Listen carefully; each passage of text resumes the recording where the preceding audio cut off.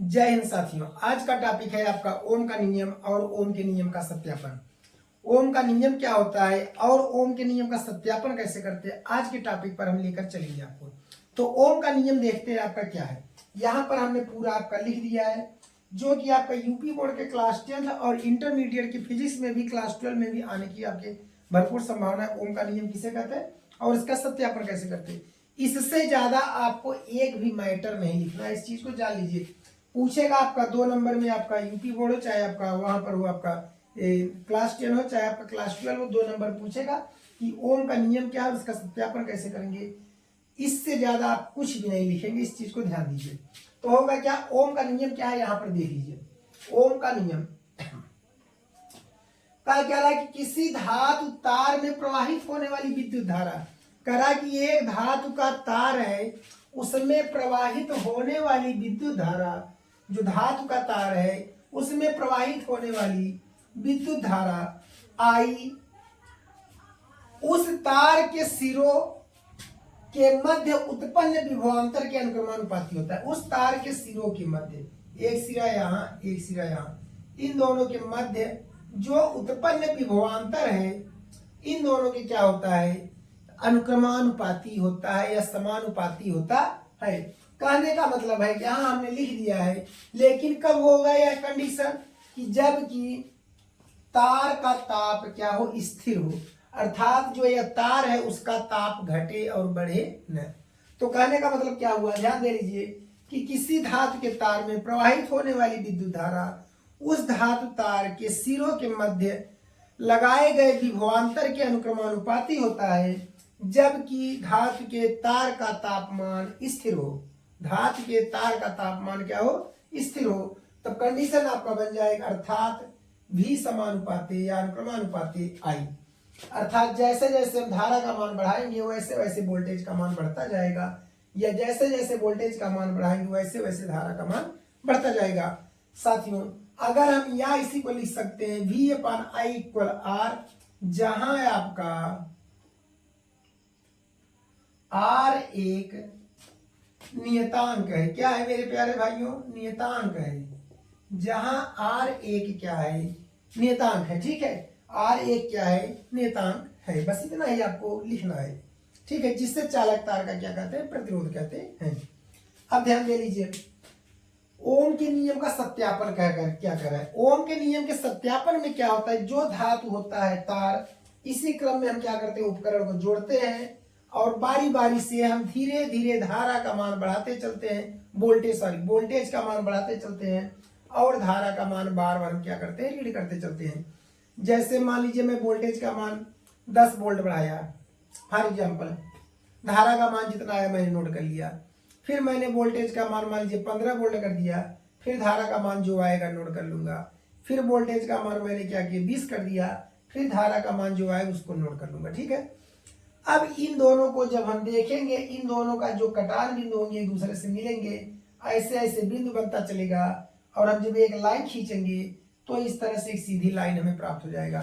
जैसे आप निर्देशांक ज्यामिति में x और y का कटान बिंदु देखते हैं, वैसे यहाँ धारा विभवांतर v और धारा I का कटान बिंदु आपको मिलेगा, जो क्या होगा, आपको एक सीधी रेखा मिलेगी। अगर सीधी रेखा मिल रही है तो ओम का नियम का सत्यापन होगा, और नहीं मिल रही है तो नहीं होगा। देखिए ओम के नियम के सत्यापन का क्या कंडीशन होगा। ओम का नियम धात्विक चालकों, धात्विक माने होगा जिसमें धारा प्रवाहित होती है, धात्विक चालकों और मिश्र धातुओं पर ही लागू होता है। धात्विक चालकों और मिश्र धातुओं पर ही लागू होता है। धात्विक चालकों मतलब कि जिसमें धारा प्रवाहित होगा।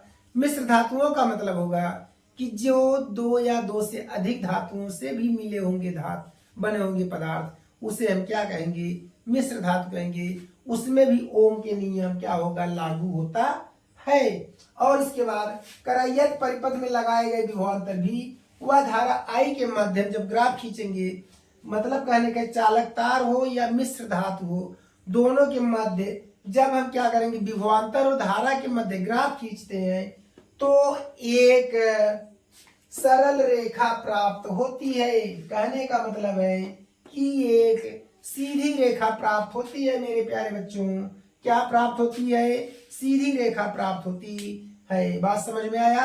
जब हम विभवांतर और धारा के माध्य ग्राफ खींचते हैं तो एक क्या होती है, सीधी रेखा प्राप्त होती है। अब इसके बाद क्या होता है, तार का जो क्रम होता है, एक्सपेरिमेंट स्कूलों में कराया जाता है लेकिन नहीं कराते हैं, ठीक है।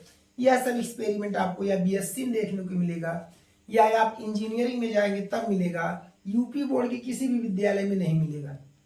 और वहां पर प्रैक्टिकल कराए भी नहीं जाते हैं, उपकरण ले जाकर रख दिया जाता है। उसका एक कारण है मेरे प्यारे बच्चों, कारण यह है कि आप सब इतने ज्यादा बदमाश होते हैं कि अगर पता चला प्रैक्टिकल कराया जा रहा है, तार कहीं खुला है तो बच्चा क्या करेगा, उसको टच करने लगेगा और पता चला तब तक करंट मार देगा।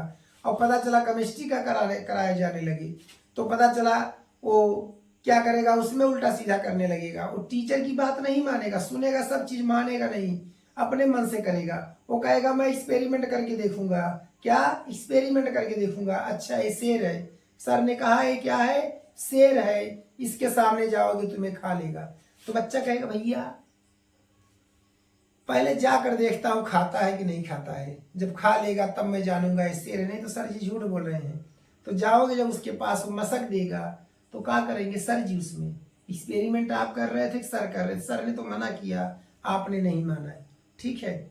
तो वही चीज है, अगर टीचर मना करेंगे तो बच्चों आप सब नहीं मानोगे। इसीलिए इंटरमीडिएट में किसी किसी रेयर केस स्कूल में होता है, बाकी प्रैक्टिकल नहीं होते हैं बहुत सी चीजों के। नॉर्मली जो कुछ चीजें हैं जिसमें खतरा नहीं होता है उसका प्रैक्टिकल करा दिया जाता है, बता दिया जाता है। तो होता क्या है, एक बैटरी होता है, धारा नियंत्रक होता है जिसको हम क्या करते हैं, आगे पीछे क्या करते हैं, खिसकाते हैं। इसी के द्वारा हम क्या करते हैं, वोल्टेज का मीजर करते हैं। और एक कुंजी लगाता है जिसको प्रेस करते हैं तो हमारा धारा प्रवाहित होना शुरू हो जाता है। श्रेणी क्रम में हमारा एमीटर होता है और एक प्रतिरोध तार होता है, उसके समांतर क्रम में हमारा क्या होता है, वोल्ट मीटर होता है। इसके बाद हम क्या करते हैं, बार बार इसको हम आगे पीछे खिसका करके V और I के मान को ज्ञात कर लेते हैं। जब ज्ञात हो जाता है तो हम क्या करते हैं, निर्देशांक ज्यामिति जैसे कार्तीय तल खींचते थे वैसे V और I के पॉइंट हम रख रख के मिलाते चलते तो हमें एक सीधी रेखा प्राप्त हो जाती है। तो मेरे प्यारे बच्चों, कहने का मतलब ओम का नियम और इसका सत्यापन वेरी वेरी इंपॉर्टेंट आपका प्रश्न है। यह आपके पेपर में आने की मैक्सिमम संभावना होते हैं। तो अगर आपको वीडियो हमारा अच्छा लगे तो हमारे चैनल को सब्सक्राइब, वीडियो को लाइक शेयर कमेंट जरूर करें। ओके, जय हिंद।